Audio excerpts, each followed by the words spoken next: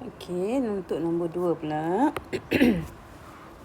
Pada ruang jawapan, lengkapkan jadual 1 bagi persamaan. Okey, sekarang saya highlightkan persamaan yang ni.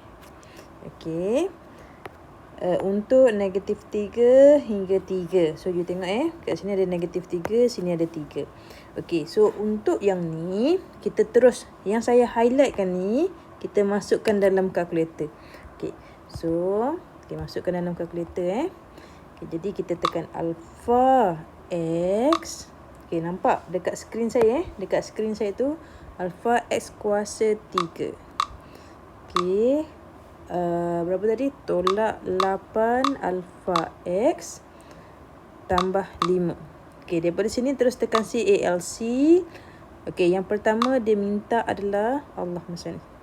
Dah, saya tekan apa pula tadi ni? Okey, semula alpha x kuasa 3. Okey, dah ada ni.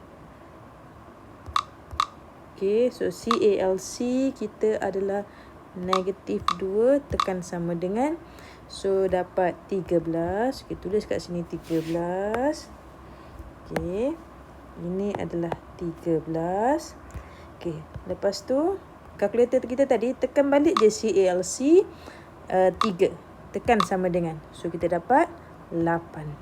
Okey, so masuk je 8. Okey.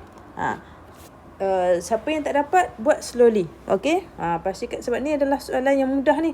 Supaya bila tengok satu markah maksudnya apabila yang ni betul, yang ni betul, sorry. Okey. So yang ni betul, terus dapat satu markah. Okey, seterusnya lukis graf. Okey. Yang ni, so bila dia minta lukis graf, soalan dah bantu awak. Soalan dah bantu apa? Soalan dah bantu awak dengan memberi kepada awak paksi ni.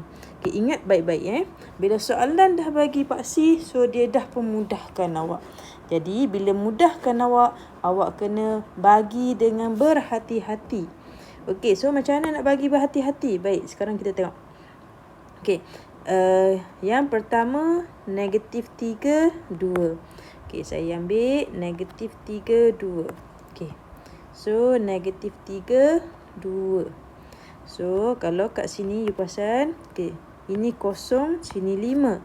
So, 1, 2, 3, 4, 5. Faham? Maksudnya setiap 2 kotak, 1, 1, 1. So, maksud sekarang ni negatif 3, 2, kita akan berada di sini. Okey. Lepas tu, okey, untuk negatif 2, tadi kita kira 13. Negatif 2, 13. So, kalau kat sini 11, 12, sinilah 13.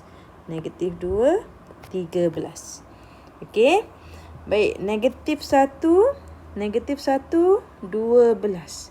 Okey, negatif 1, 12.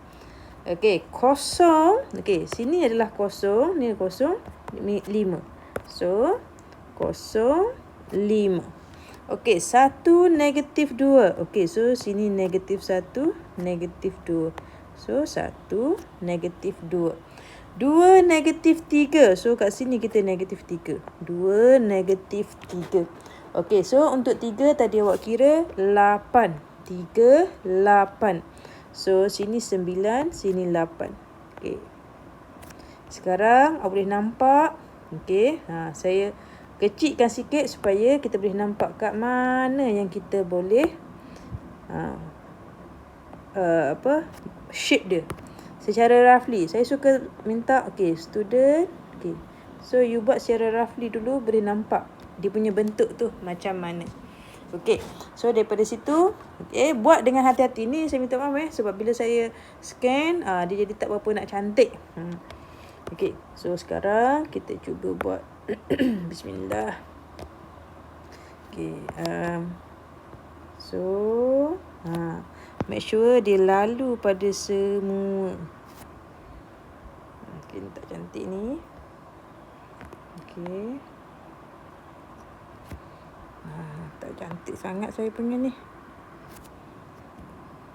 Sekejap, saya potong dulu.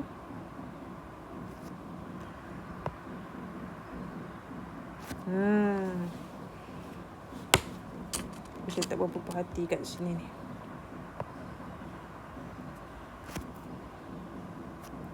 Ni saya padam sikit. Okey, saya padam sikit. Saya bagi curve sikit. Alright. Okey. Okey. So sekali lagi saya nak tegaskan, apabila soalan dah bagi pada awak paksi, okey, make sure bila kita plotting tu, bila kita plot biar ada. Dan biar dia lalu betul-betul. Okey, tak lalu, jadi salah lah, bermasalah lah. Okey, boleh? Okey, so daripada sini macam mana pemakahan dia. Okey, so sekarang you tengok, sepatutnya ada 1, 2, 3, 4, 5, 6, 7. So dah ada 7 kat situ akan jadi okey, kalau ada 7 dah dapat 2 markah. Lepas tu curve dia. Okey, bila buat curve ni, okey, kalau saya kat sini saya tak ambil, saya tak puas hatilah. Okey, kat sini saya akan jadi potong markah lah. So maksudnya saya akan dapat kosong. Kalau cantik dia punya smooth tu, so you akan dapat 3/3. Nampak tak? Kat sini adalah 3 markah. Okey, tapi untuk saya punya ni, yang ni akan dapat kosong saja sebab ni saya tak puas hati. Okey? Okey, baik, insya-Allah.